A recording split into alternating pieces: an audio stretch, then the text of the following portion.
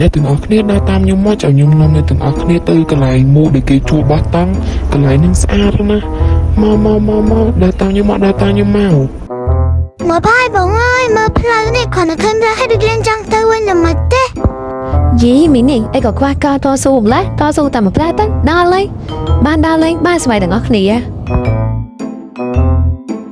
សួស្ដីអូនស្វាគមន៍មកកាន់រីសតទៅពេលនេះបងខ្ញុំចង់មកកន្លែងបងឯងដាច់មកក្រុមពួកខ្ញុំហ្មងហ្នឹង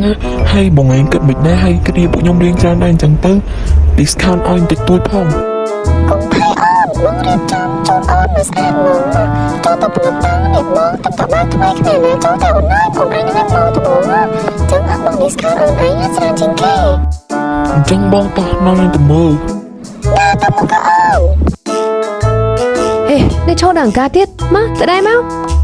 មកយប់ហ្នឹងបងគិតឲ្យអូនឯងពី50ដុល្លារទេអូនចូលហូបអីចឹងធ្វើអីគឺធ្វើមកសិនអញ្ចឹងអូនឯងដើរមកកន្លែងណាចាយទៅមកមុខសិនហើយ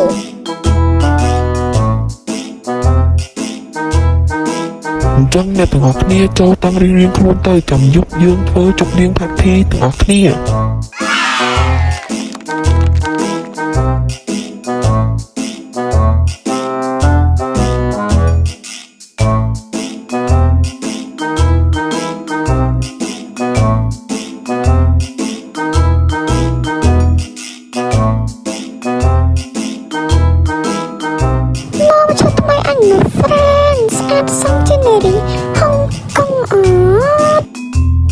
សំណាស់ឌីងាយด้วยนั้นลูกกระชานับทราบเมืองเก่งกอง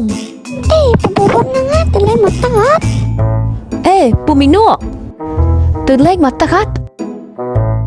ต่อ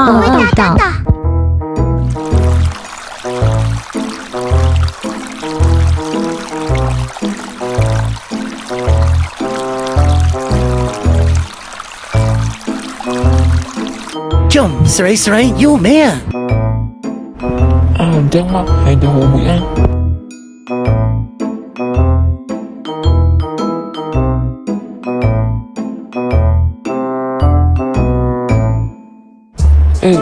ស្រី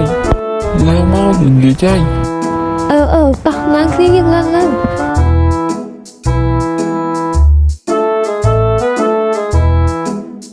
ពួកហែងថ្ងៃស្អែកយើងចេញទៅម៉ោងម៉ាណាយើងចេញទៅម៉ោង4អីហ្នឹង